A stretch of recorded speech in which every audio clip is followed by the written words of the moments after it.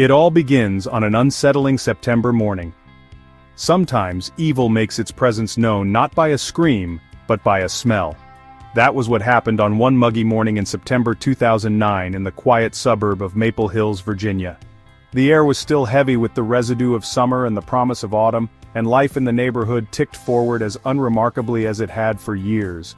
Quiet lawns with trimmed hedges, the occasional yapping of a dog, the click of sprinklers sputtering to life. To the outward eye, everything was perfect, just like every American postcard promised. But then, on that particular day, an intrusive, acrid stench slithered into the sidewalks, worming its way through open windows and under doors.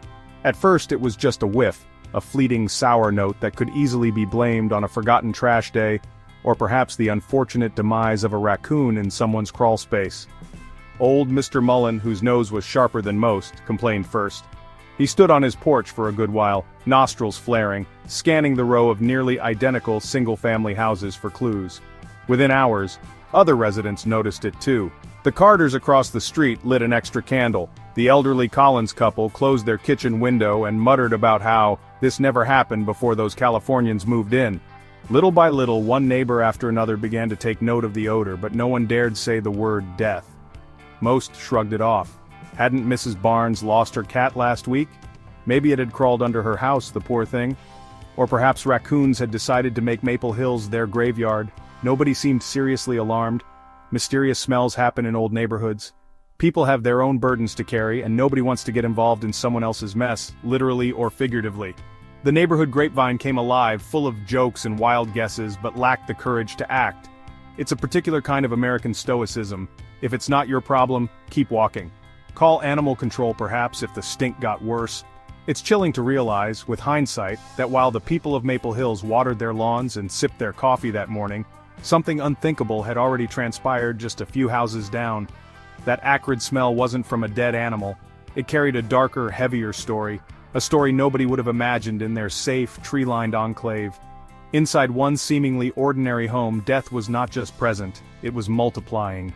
4 souls silently decomposed, their tragedy seeps through the drywall, while the person responsible still slept and ate just meters away. The indifferent neighbors and the curse of silence. Maple Hills prided itself on its neighborliness. Block parties, cookie exchanges, driveway greetings. On the surface, everyone seemed to know everyone, or at least pretended they did. But when the air grew thick with that foul, lingering odor in mid-September, a strange inertia set in. Every household noticed something was wrong. Windows were closed with a purpose. Perfume was sprayed, fans were run, air fresheners hastily purchased and plugged in. But no one knocked on the door from where the smell faintly originated. No one called the police or alerted animal control, even as the stench grew more disturbing. People gossiped, of course. Over fences and during quick chats at the mailbox, suspicions were traded like baseball cards. Maybe the new folks were hoarders. Maybe something went wrong with the plumbing. Or maybe it was just the hot weather, finally turning the neighborhood trash cans sour. But after the briefest flicker of curiosity, the suburban curtain fell back into place. Most residents retreated into their routines, as if ignoring an uncomfortable reality could make it magically disappear. Some even rationalized their indifference.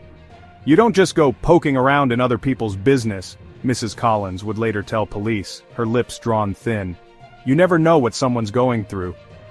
Others confessed quietly to a low hum of guilt. "If I'd said something sooner, maybe things would have turned out differently." Yet as days passed, silence itself seemed to lay a spell over the neighborhood. It's astonishing to think how the simplest act, a knock on a door, a phone call, an honest inquiry, might have shifted the course of events in Maple Hills. But in the comfort of American suburbia, there is an unwritten rule: don't make waves, don't get involved. This code of silence, passed from neighbor to neighbor in knowing glances and tight smiles, would prove to be Maple Hills's undoing. It wasn't just the bodies decomposing behind those shuttered windows, it was the conscience of an entire community suffocating under the curse of apathy. The face in the shadows, Richard Daniels. Richard Daniels, born in 1988 in Southern California, never felt like he truly belonged anywhere. Even as a small child, he seemed perpetually out of sync with the world around him. A solitary red-haired boy with a skinny frame and a nervous shuffle, always lingering at the edges of every playground and classroom. Other kids teased him, called him cruel playground nicknames, mocked the ferocious red of his hair, the awkward shape of his glasses, the way his voice trembled when he was forced to speak aloud. His childhood was a string of moments spent shrinking into corners, wishing desperately to disappear. As Richard got older, the subtle cruelties of childhood gave way to the sharper barbs of adolescence. Bullying became more pointed, and Richard became more withdrawn. He hardly ever spoke back, no matter how bad the taunts or shoves got. Even his family found him hard to reach. His younger sister would later describe him as passive, almost invisible until genuinely provoked. He became a shadow flitting through the halls of his California high school, then not at all, after dropping out during his junior year, unable to find any footing at all. The summer of 2009 was a breaking point. Richard's parents finalized their divorce after years of undercurrent tension, and he ended up adrift, moving with his mother to the flat, anonymous suburbs of Central Valley, California. He had no friends in this new place. Familiar with isolation, he found comfort in routine. Sitting for hours in a cluttered bedroom surrounded by stacks of notebooks, headphones tight over his ears as protection, a thin barrier between himself and a reality that never welcomed him. Online, though, Richard found something he'd never tasted before: attention, validation, a crowd of fellow misfits who spoke his peculiar language. Using the handle SinKid, he thrived on MySpace's dark side, the underbelly of horrorcore rap forums and message boards. His lyrics, which he posted daily, were a sharp and sometimes disturbing contrast to his real-life persona: violent, angry, fantastical. In these verses, Richard could transform into anyone: a vengeful spirit, a monster, a master of pain. His words became a kind of shield and weapon at once, inviting a devoted following among other fans of the extreme. For Richard, music was both confession and escape. He wrote about agony, loneliness, desire, and the scary power of not being noticed. Some who read his work found him haunting. Others just tried to one-up him with even more shocking rhymes. Richard relished the idea that via pixels and rhyme, he could reinvent himself completely, dangerous and powerful at last. No longer invisible, he now wielded his suffering as an asset. The internet gave him the stage he'd never found in real life, but it also drilled him deeper into his own darkness, a loneliness now both masked and multiplied by hundreds of anonymous friends. He clung to that virtual identity more tightly as each day in the real world brought nothing but silence. Family events and terrifying isolation. Family is supposed to be the one anchor that holds you steady when life's storms hit, but for Richard Daniels, that anchor was slowly slipping away, and no one really noticed until it was already gone. The summer of 2009 marked a seismic shift in Richard's world. His parents' marriage, never exactly blissful, finally ruptured under years of hidden resentments and unspoken arguments. His mother, weary and defeated, packed up what she could and moved Richard away from everything familiar, from the pastel houses and sun-baked streets of Anaheim, California, to the endless grid of a forgettable suburb in Central California's Catfish Valley. For a kid like Richard, already timid, nursing invisible bruises from years of bullying, starting over in a new town wasn't really an opportunity, it was another sentence. He entered a house where silence clung to the curtains, where the family dinners he used to dread in his childhood were now just cereal bowls left unwashed on the counter. The rooms echoed with their emptiness. His mom worked double shifts, and when she was home she was too tired to ask questions. Richard drifted through the days, cut off from any source of comfort, his only steady companion the soft hum of his computer. Isolation thickened around him, heavier than any blanket. School was out of the question. He'd walked away from it months before, unable to stomach the sideways glances and whispered jokes about his hair and awkward frame. Here, in Catfish Valley, there were no childhood friends, no routine, not even the familiar faces at a corner store. His world contracted to four walls, a locked bedroom door, stale chips, and restless nights watching the glow of old horror movies flicker across his ceiling. He became, in everything but name, a ghost in his own home. His connection to the outside world, such as it was, came exclusively through the glowing rectangle of his laptop. On internet forums, especially the shadowy, unfiltered corners where horrorcore music reigned, Richard could become anybody else, harder, meaner, untouchable.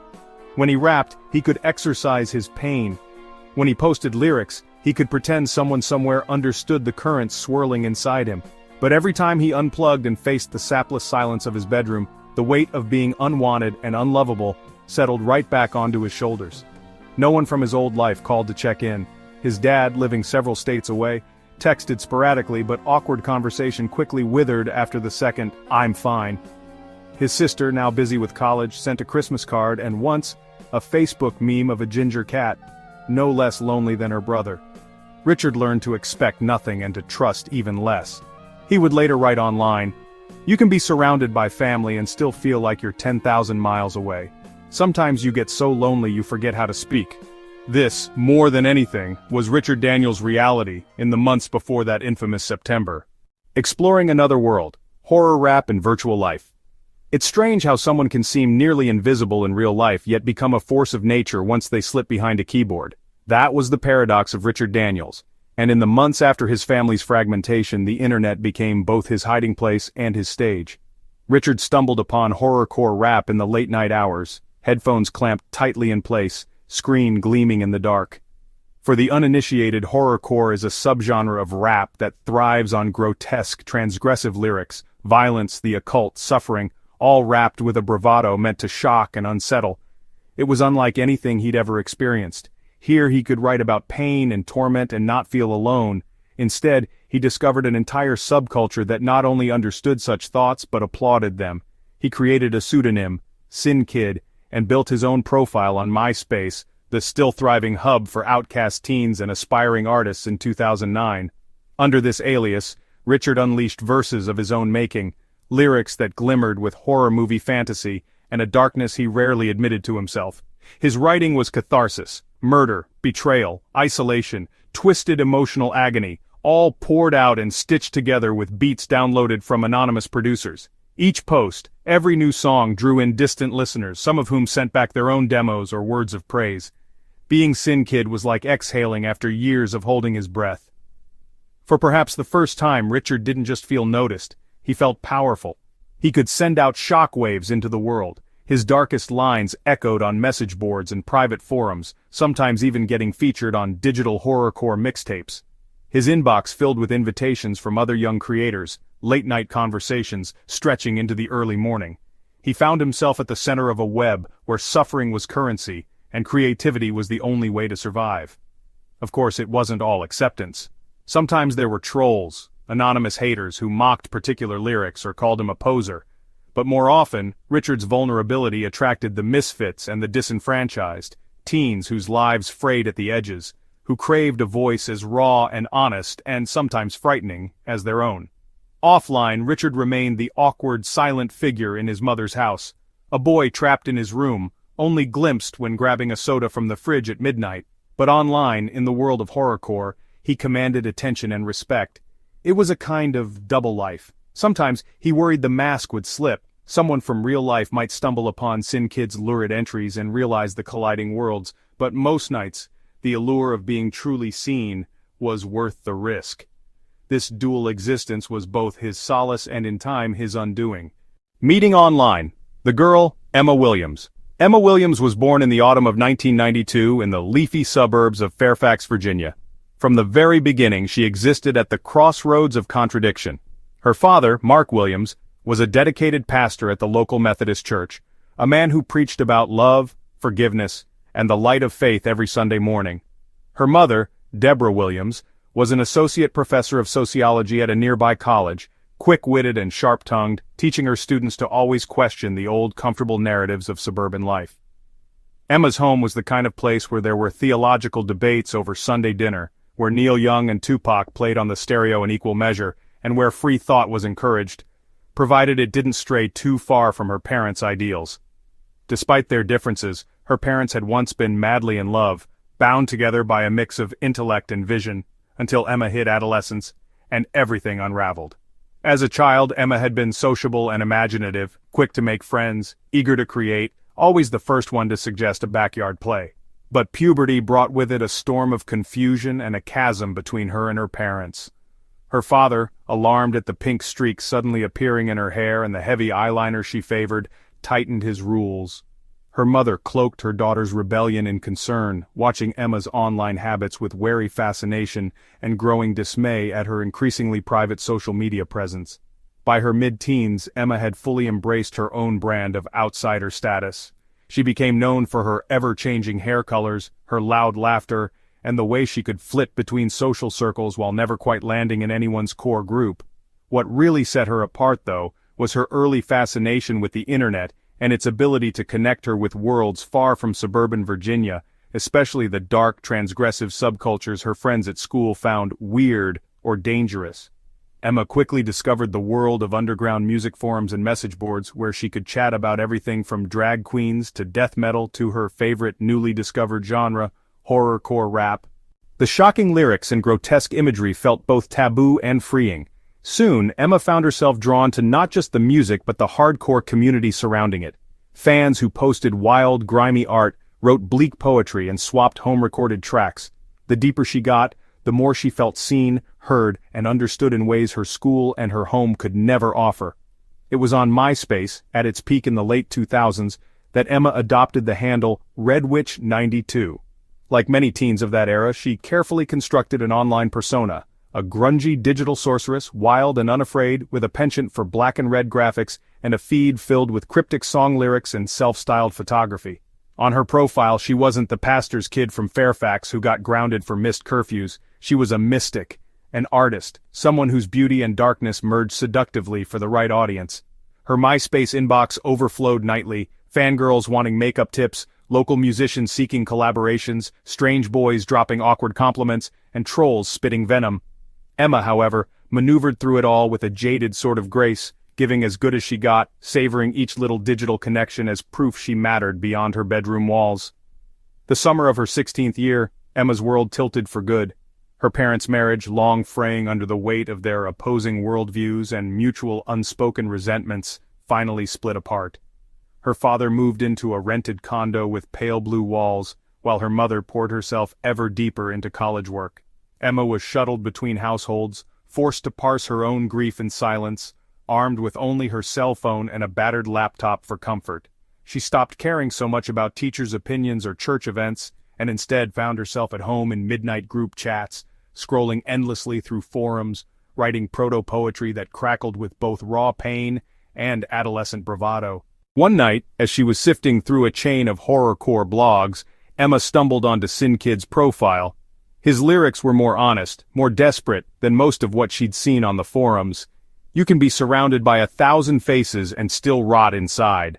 The words hit her like a glass of cold water to the cheek. Suddenly, the mysterious Sin Kid became less a digital oddity and more a mirror for everything she'd tried to express: rage, sadness, and the feeling of being perpetually misunderstood. Curious, Emma messaged him. What began as a simple appreciation of his lyrics turned into marathon exchanges, paragraphs long, sometimes delivered within seconds, sometimes after hours of anxious drafting. At first, their conversations spun around music, dissecting rap lines, trading playlists, debating which artists best captured real pain rather than just performance. Soon, the conversation deepened. Late at night, alone in her bedroom, Emma described for Richard the feeling of sitting in church pews and hearing her father talk about forgiveness while she nursed silent resentments. She confided her frustration with her mother's attempts at understanding, her shame at the ease with which she could perform being fine for teachers and friends when, inside, she was anything but fine. Richard in turn shared raw truths, how school felt like a minefield, how words could sometimes wound more deeply than fists, how the loneliness of silence at the dinner table sank into his bones. He could be poetic and sometimes shockingly honest, confessing to thoughts Emma admitted she'd never have dared to share until they found each other online. For months, this correspondence became the spine of Emma's emotional life. She stopped writing in her paper diary, preferring the glow of the computer screen and Richard's digital presence as her confessor, debating partner and muse. Her friends at school only knew the surface. Emma, rebellious but cheerful, never hinting at the deepening connection with a stranger halfway across the country. Sometimes she wondered if it was dangerous to let herself feel so much for someone she never met in person. But whenever those fears crept in, Richard would send a new verse, or a late-night message, and she'd be right back, eager for more.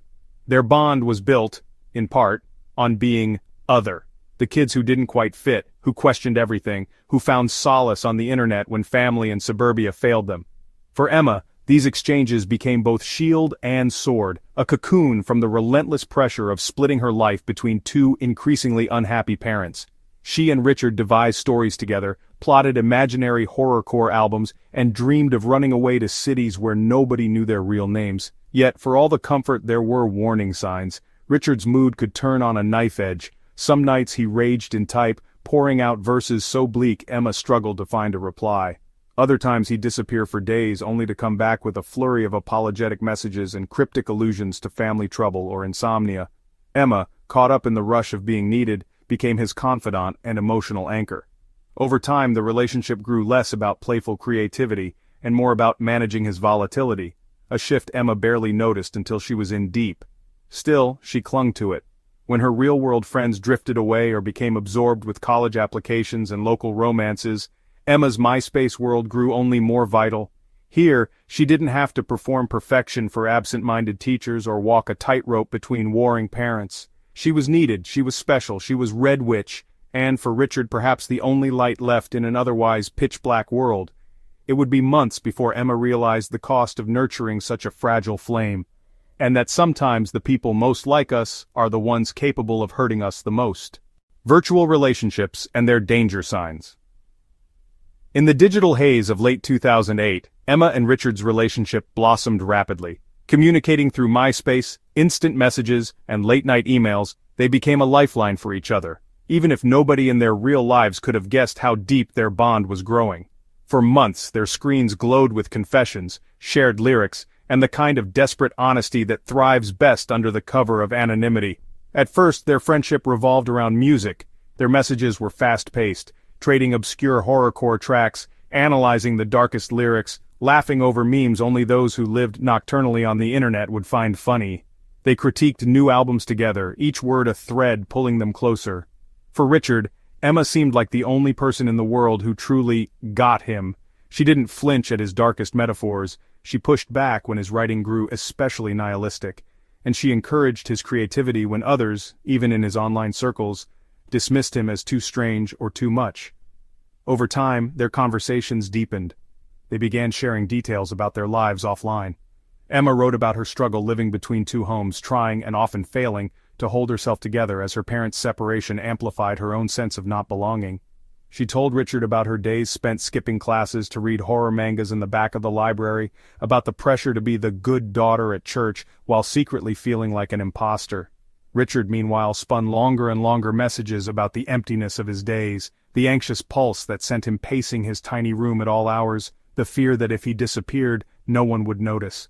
There was mutual validation in their pain. They praised each other's writing, sometimes forging shared poems that blended both their voices. The internet felt like a universe just big enough to contain both of their complicated, hurting minds. But as autumn deepened, subtle shifts appeared, first in Richard, then Emma. It started with Richard's moods. On some nights he'd flood Emma's inbox with verse after verse, each more intense and desperate than the last, confessing terrifying dreams, hinting that he sometimes hurt himself to feel real, writing as though each lyric might be his last. Emma responded first with empathy and reassurance, offering playlist recommendations or typing out encouragements, but after a while she could sense a shadow behind his messages. It felt less like creativity and more like a quiet call for help. Sometimes Richard's anger flared in their chats, at teachers, at his mother, at the world at large. He started fixating on betrayals, real and imagined, and telling Emma that she was the only person he could trust. If she didn't reply quickly, his messages would get anxious. "Did I do something wrong? Are you mad at me?" Other times he'd vanish for days, leaving her worried and wrung out until he'd suddenly reappear with explanations about his depression or with dramatic apologies. Emma, in turn, found herself adapting her online life to avoid upsetting him. She started going offline earlier at night, feeling guilty when she spent time with school friends instead of responding to Richard's midnight confessions. She stopped posting certain things on her feed for fear of triggering his envy or suspicion. The relationship shifted from collaborative and fun to emotionally taxing, a dynamic neither truly acknowledged. Those closest to Emma noticed something was off.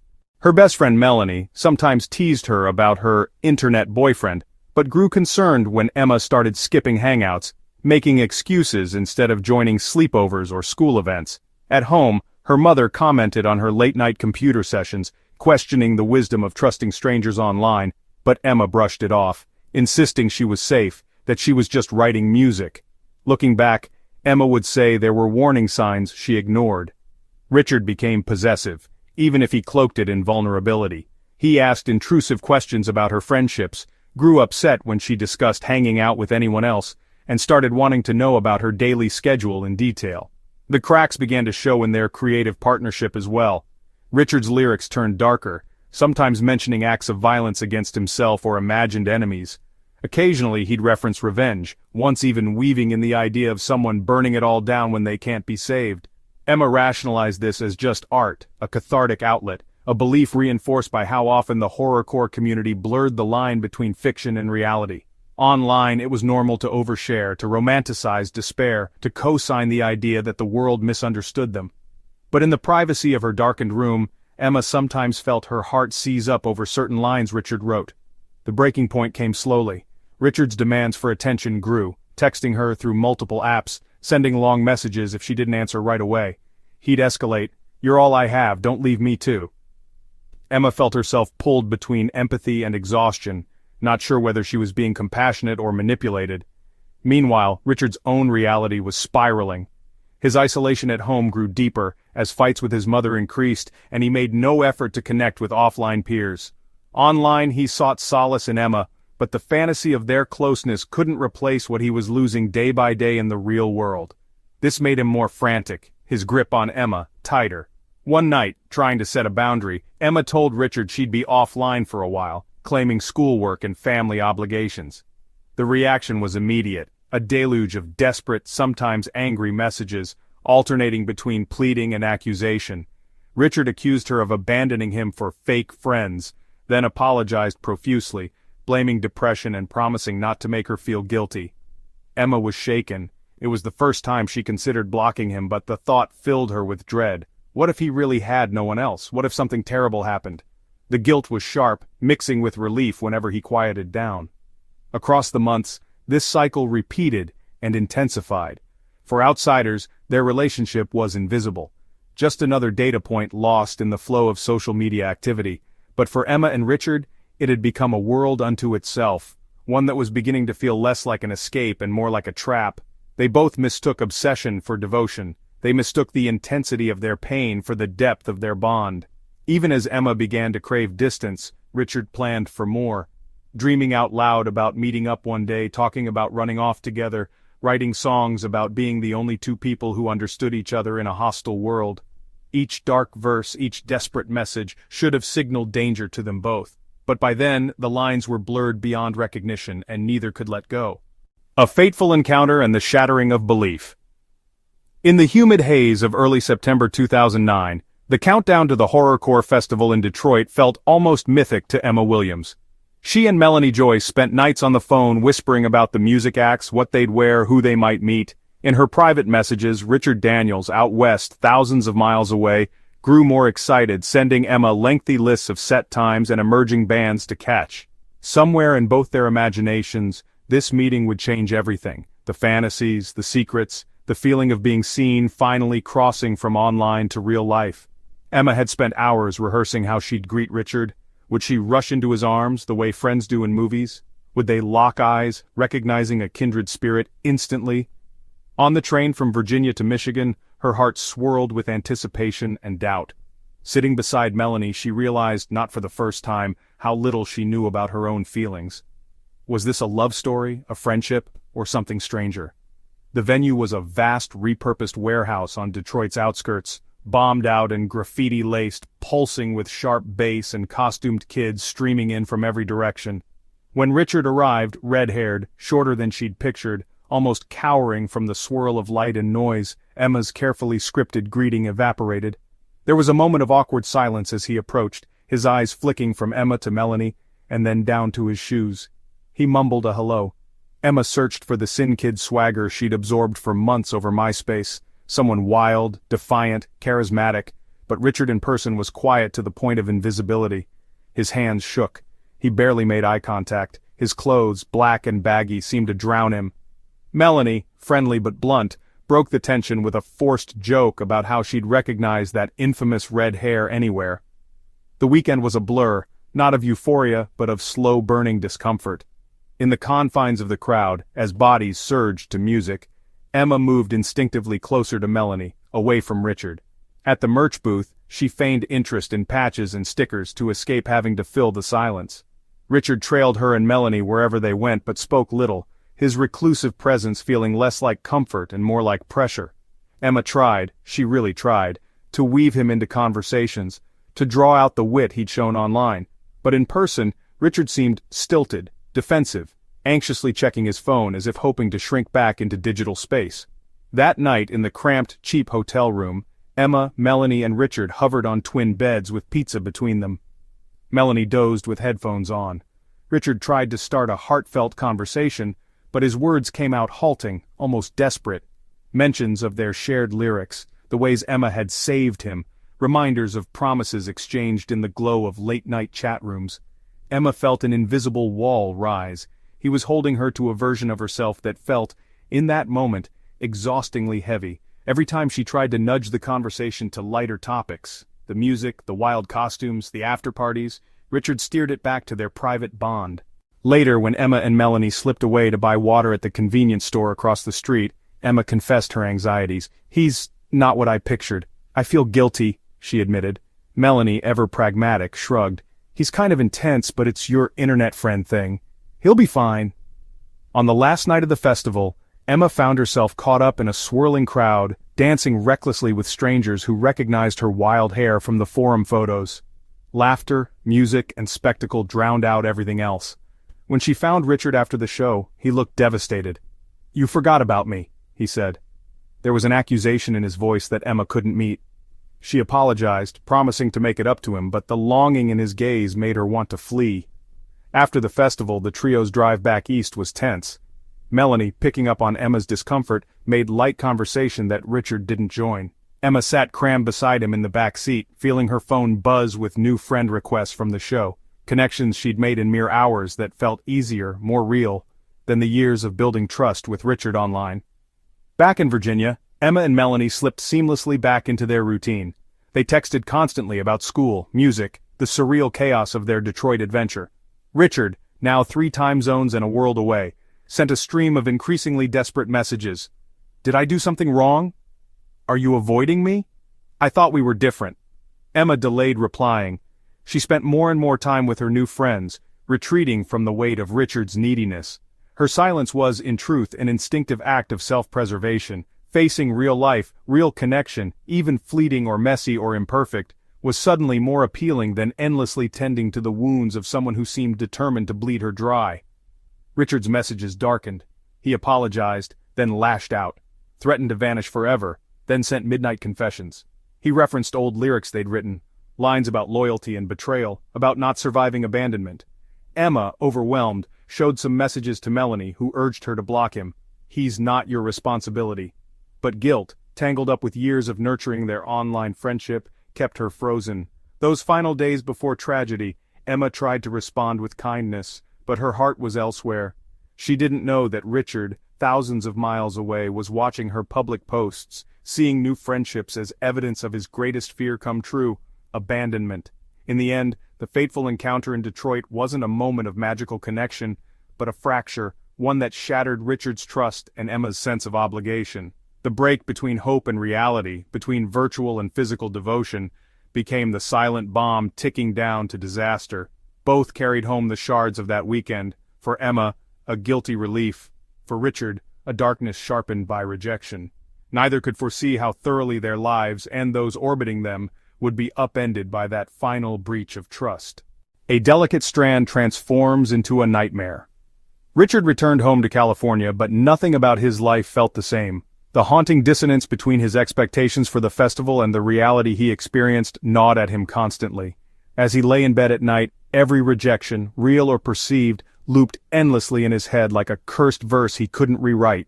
What once was solace in music and online connection now offered only bitterness. In the glow of his computer screen, every picture of Emma and her friends at the festival, not including him, cut through him. Posts that once made him feel included now became evidence of his exclusion. Communication between Emma and Richard slowed to a trickle. Emma, shaken and exhausted by the tension that had grown between them in Detroit, defaulted to short, evasive replies. Sometimes a day or two passed before she messaged back. Other times her responses were generic. "I'm busy with school," or "just tired." Every word Richard read seemed to vibrate with the possibility of abandonment. Richard's own messages took on a more frantic, almost desperate edge. He'd compose long, rambling emails in the middle of the night, sometimes pages of poetry or confessions that he never sent. When he did write, the tone had changed. The lyrics grew less about horrorcore fantasy and more about real pain, rage, disappointment, betrayal. He questioned Emma's loyalty, reminded her of the promises and secrets they'd exchanged in online nights. When his messages went unanswered, resentment circulated inside him, curdling into dangerous conclusions. Friends in the horrorcore community sensed his mood shifting. Some distanced themselves, uncomfortable with his bitterness and paranoia. Others egged him on, reveling in drama. Richard, increasingly isolated in both the virtual and real worlds, spiraled into angry rants on message boards, sometimes addressing no one in particular, sometimes cryptically invoking Emma without using her name.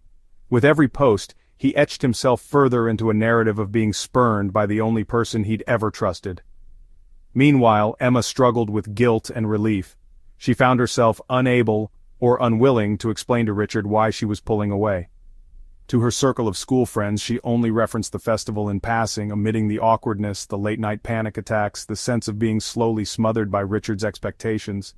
Still, she sometimes refreshed her inbox compulsively, dreading what she might find. Some messages from Richard were apologetic, pleading with her not to disappear. Others were darker, sharpened by accusations and despair. At home, Emma's parents noticed a shift. Neither was prepared to handle the complexity of the fallout from the online relationship they'd only half understood.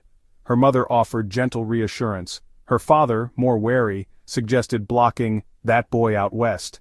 Neither could have guessed the intensity of Richard's obsession or the mounting darkness threatening to break through the screen and into real life. As tension mounted, Richard withdrew further from his mother and any offline connections. The world outside his room blurred. The only thing that felt real was the persistent ache of betrayal and the compulsion to make someone understand his suffering. His notebook filled with angry scrawled lyrics and fantasies of revenge, not just against Emma but against the universe that seemed determined to keep him alone.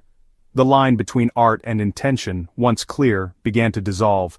Richard started sending thinly veiled threats and warnings to Emma, sometimes in the form of poetry, sometimes just raw, late-night emails. He would reference moments from their shared past as though they were proof of a sacred bond violated beyond repair. His mood whiplashed from groveling apology to ice-cold fury.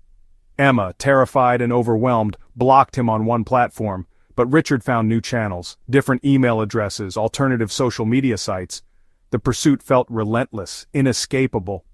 One autumn evening, after a particularly upsetting string of correspondence, Emma confided in Melanie. Together they weighed whether to alert an adult or go to the authorities, but shame and uncertainty stopped them. What if they were overreacting? What if Richard was just acting out online like so many digital friends before? The truth felt too big, and Emma's sense of responsibility warred with her fear. They decided for the moment to simply cut off further contact, hoping Richard would get the message.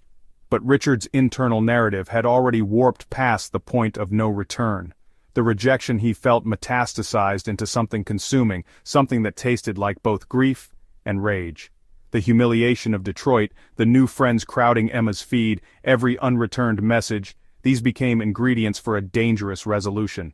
He convinced himself that only a dramatic act could restore his sense of control or explain the depth of his hurt to the world.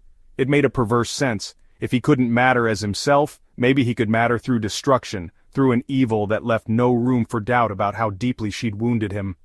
The descent accelerated. Richard spent days in a dissociated haze, barely eating, fixated on revenge fantasies and the idea of a final message that would force Emma and everyone else to remember him forever. The empathy and creativity that had once defined Sin Kid's persona turned inward, fueling a darkness that could no longer be contained by lyrics alone. His family didn't see, online friends didn't know or didn't care. Emma, in Virginia, had no way of imagining just how close the nightmare was to breaking free from the confines of the screen. A strange disappearance, and a desperate search. The morning of September 16th dawned strangely quiet in Fairfax, Virginia. The sun glinted off dew-soaked lawns, neighborhood dogs barked at the mailman, and yet something was unmistakably off. For those closest to Emma Williams and Melanie Joyce, unease had started the previous day, like a chill before a storm. Emma was never one to disappear without a word. She messaged her friends constantly, updated her status late at night, traded inside jokes and song links well past midnight. When 24 hours passed with no word, her absence felt as palpable as an alarm bell. At first her father thought little of it. Teenagers lost track of time, right? Maybe she was holed up at Melanie's house working on a project, or perhaps, after the festival, she needed a break from everyone. But as midday bled into afternoon with no response to texts or calls, dread wormed its way into his chest. His calls to Melanie's phone also rang unanswered. When he reached out to Melanie's parents, he found them oddly subdued. They too hadn't seen or heard from their daughter since the night of the 14th. The last message had been a quick, "Home safe, talk soon." Nothing since. By evening, concern escalated. Emma's father drove over to the Williams household. The blinds were drawn tight, both family cars parked askew in the drive. He knocked, called out, peered through windows. No light, no movement. The familiar warmth of his daughter's home now radiated a suffocating stillness. Next he called local friends. No one had seen Emma, Melanie, or either set of parents that day. Melanie's father, an ex-Marine not given to panic, decided to make the 2-hour drive from his work site back to Fairfax as the sun descended, his mind whirring with possibilities both rational and nightmarish. Neighbors grew uneasy as night approached. There had been no sign of the Williams or the Joyces. Texts, voicemails, frantic emails built up in invisible clouds. Rumors began. They'd gone on an unplanned family trip, someone was sick, there had been a fight. No one quite believed these stories, but it was easier to grasp for ordinary explanations than to stare into the abyss of the unknown. By the morning of September 17th, unease sharpened into fear. Emma's grandmother, used to daily calls, reported that her messages went unopened. Melanie's older brother, away at college, started a group chat frantically pinging anyone who might know where they'd gone. Melanie's father, exhausted from the overnight drive, stood on the Williams' front stoop at dawn, pounding until his knuckles bled. Still, nothing but silence, and the acrid smell of wilted flowers drifted from inside. At last, local police were called. Initially they treated the situation as a possible family dispute or teenage runaway scenario. Officers performed a cursory welfare check, a walk around the house, a knock at the door, a few terse calls to cell numbers that never picked up. They filed a preliminary missing persons report, noting the peculiarity but offering little hope or urgency. After all, teenagers were known to go off the grid. But what the officers didn't know is that missing persons cases like this didn't happen in Fairfax, not to stable families, not to straight-A students with no history of rebellion, and definitely not to whole households at once. As hours dragged by, desperation mounted. Emma's best friend from summer camp tried triangulating her phone via Find My Friends. Melanie's cousin combed through her social feeds for recent comments or signs of hidden plans. Emma's father, in restless cycles, drove endless loops between her favorite coffee shop, the old ice rink, the wooded park where she'd once carved her initials into a bench. Each time he returned to the silent house, daring himself to break in and shatter the stillness he could no longer bear. Meanwhile, news of the disappearance spread rapidly beyond the high school and into the broader community. Flyers sprang up on telephone poles and Facebook groups. Teachers, church members, and even old acquaintances added their voices to the growing chorus of concern. The Williams and Joyces' absence had become more than a personal tragedy. It was now a public mystery churning in the heart of suburbia, a stone thrown into calm waters sending out ever-widening ripples. As night fell on the second day, the fear that something terrible had happened, too unspeakable to be rationalized away, gripped everyone who loved these two girls. Melanie's father, exhausted and trembling, finally broke the lock and pushed into the Williams house. But what greeted him was not the clatter of family or startled apologies, but a wall of heavy silence and an air that felt somehow thick, almost hostile. Quickly he backed out, calling police with a voice edged in terror. A second, more thorough search followed. This time the officers paused, noting the mail uncollected, the milk left to sour on the porch. Step by cautious step they entered the house. What they found would not come fully to light until later, and even then the details would chill the entire town to its core. But for those frantic hours, all anyone knew for certain was this. The Williams and Joyces had vanished, leaving behind a silence no one could explain, and a mystery that would draw Fairfax into one of the darkest chapters of its history. The horrifying truth revealed. As dawn broke on September 18th, the already anxious air in the community of Fairfax grew heavier, thickened by dread and unanswered questions. Police vehicles, flashing blue and red, lined the street in front of the Williams residence. Neighbors watched from their windows in silent fear, their speculation the night before now overtaken by the unmistakable sense that something terrible had happened, something far beyond an ordinary disappearance. After 2 days of reported absences, unanswered calls, and a series of fruitless check-ins, authorities returned to the scene for a second, far more thorough welfare search. Officers moved systematically, noting the subtle clues they'd missed before. An overflowing mailbox, newspapers yellowing on the front stoop, a sagging garbage bin ignored for days, all indicators that life had ground to an abrupt halt inside. This time, as they pushed open the unlocked door, a tidal wave of putrid, unmistakable stench hit them square in the face. Veteran detectives, jaded by years on the job, hesitated in the entryway. The odor, dense, oppressive, was not that of spoiled food or forgotten trash. It was more primal, more tragic, the aroma of irreversible loss. Every step inside was accompanied by a greater sense of unease. The entry hall was eerily neat, only the faintest signs of disruption, a single shoe askew in the foyer, a dropped hairbrush beside the stairs, hinted at anything unusual. But as officers navigated deeper, the source of the smell led them inexorably toward the back bedrooms. Hearts pounded. No one spoke. Guns were drawn, every sense taut with anticipation and fear. It didn't take long for the first horrified exclamation to emerge from behind a closed door. Within minutes the scene transformed from subdued tension to full-scale crime scene. 4 bodies were discovered in 3 different rooms: Emma Williams, her mother, her father, and Melanie Joyce. The details were devastating. Each victim showed signs of having been killed in their sleep. No evidence of struggle, wounds primarily located on the head, sheets soaked through. There was a grotesque intimacy to the violence. It was murder carried out not in the blaze of anger, but in a chilling quiet, the sort of act that required both planning and a coldly detached will. The reality was unspeakable. Detectives worked quickly to secure the scene, calling in forensics and crisis counselors. Body cameras recorded every detail: pill bottles knocked over, family photos askew, a half-eaten cereal bowl still on the dining table. On Emma's bedroom desk, a laptop blinked with missed messages and notifications, remnants of a life cut violently short. Down the hallway, Melanie's overnight bag rested by the guest bed untouched. There were no bloody footprints, no open windows. Whoever did this had left the house as discreetly as they'd entered, locking darkness inside and leaving the door ajar for the stifling dawn to leak in. News spread rapidly. Within hours, the quiet street was swarming with local journalists, crime scene tape, and the dull thrum of satellite trucks. The horror of 4 deaths, 2 entire families ripped apart, sent shockwaves through Fairfax and then, soon after, across the nation. It was the kind of story that begged for answers but delivered only more questions. How could a whole household vanish into silence? No warning, no commotion? What could possibly explain such merciless brutality inflicted on people beloved by so many?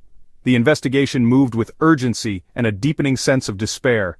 Detectives pored over social media, text messages, emails, and phone records. The last outgoing messages from Emma and Melanie were time-stamped just after midnight on September 15th.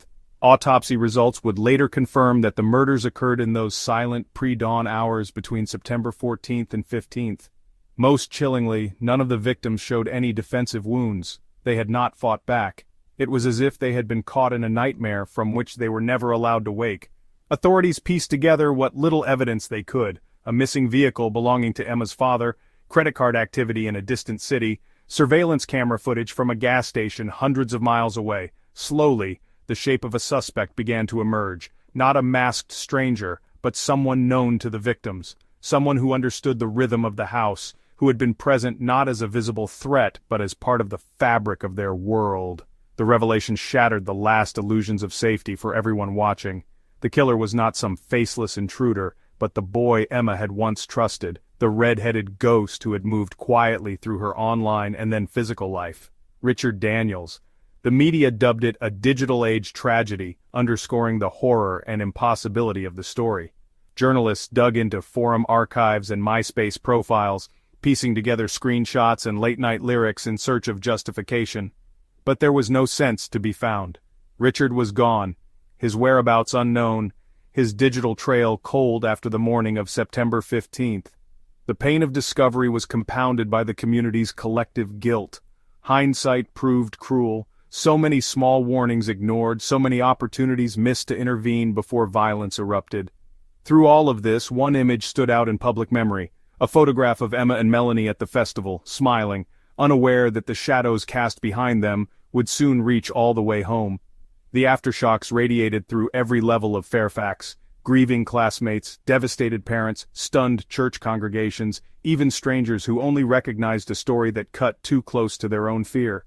What had begun as an ordinary series of days, chores undone, silence at dinner, missed appointments, now formed a mosaic of horror.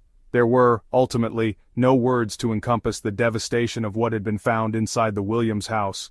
Only the stifling silence of loss, and the chilling knowledge that sometimes the monsters we most fear are the ones we invite through the front door. The evil perpetrator, the descent into the net, and the lifelong sentence. Richard Daniels' attempt at escape began the moment he left the Williams house. He was running not only from the echoes of what he'd done, but from the sense of finality that now clung to every step. His mind churned with panic, regret, and a strange numbness, a stifling cocktail that blurred the world as he drove Emma's father's car east out of Fairfax, the young morning light slashing stripes across the windshield. His hands, shaking, gripped the steering wheel with white-knuckle intensity. At every intersection, he expected to see flashing lights, to hear the shriek of sirens, to feel the sudden, suffocating hands of justice seize him. But the streets of suburbia remained eerily quiet. Richard had prepared, at least to the limits of his fractured mind. He'd packed a backpack with some clothes, Emma's laptop, and a few $100s he'd stolen from the bedroom safe. He ditched the car at a rest stop outside Richmond, wiped it for prints with a trembling efficiency, and hailed a taxi to the international terminal at Richmond International Airport. Surveillance cameras quietly documented every motion, the ill-fitting hoodie, the hunched gait, the wild flicker of his eyes as he purchased a one-way ticket to Toronto, desperate for anonymity and the hope that he could vanish amid millions. He would never make it that far. By then, the full horror in Fairfax had erupted into national news. Police matched the missing Williams family vehicle to grainy footage of a red-haired young man buying a ticket with Emma's ID. The alert went nationwide.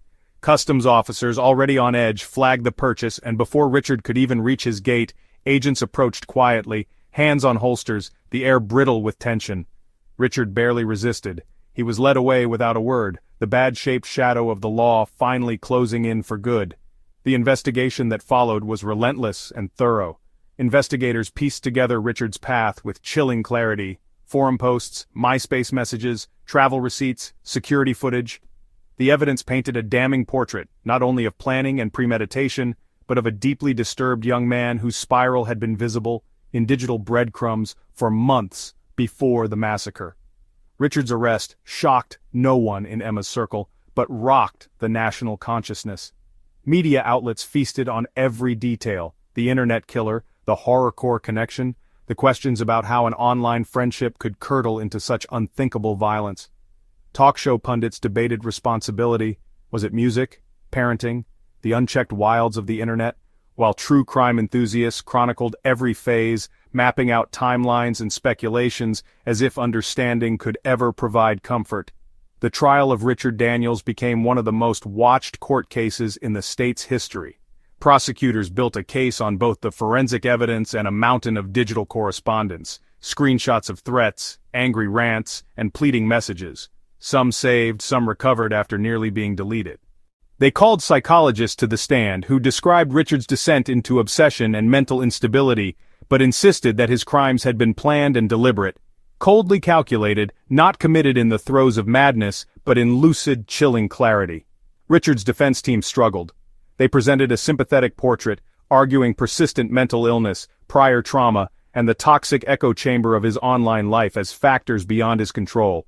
They read old poetry, revealed a history of anti-bullying complaints, and a pattern of neglect that shadowed Richard since childhood. But nothing could erase the magnitude of what he had done. The courtroom bristled with the pain of surviving family members, the fury of friends, the silent stares of people desperate for closure. As testimony drew to a close, the jury heard from Emma's surviving relatives, teachers, and even Melanie's older brother, each voice mingling heartbreak and rage. They spoke of promising lives cut short, of the yawning void left in the community, of nightmares now seated in what had once been the safest place any of them had ever known. Richard himself remained largely silent. his presence in the dock a specter defined more by absence than defiance. Only once did he speak, in a halting voice, to apologize, not to excuse his actions but to stammer a broken acknowledgement of irreversible pain. The verdict was never truly in doubt. On a gray October afternoon, the jury found Richard Daniels guilty on all counts, 4 murders, with the aggravating circumstances of cruelty, premeditation, and callous disregard. The judge, grim-faced and unsparing, sentenced Richard to 4 consecutive life terms without the possibility of parole. There would be no hope of release, no redemption in the eyes of the law, only a future defined by cold cement and locked doors. In the aftermath, America struggled to process the catastrophe. The trial's conclusion brought fractured relief.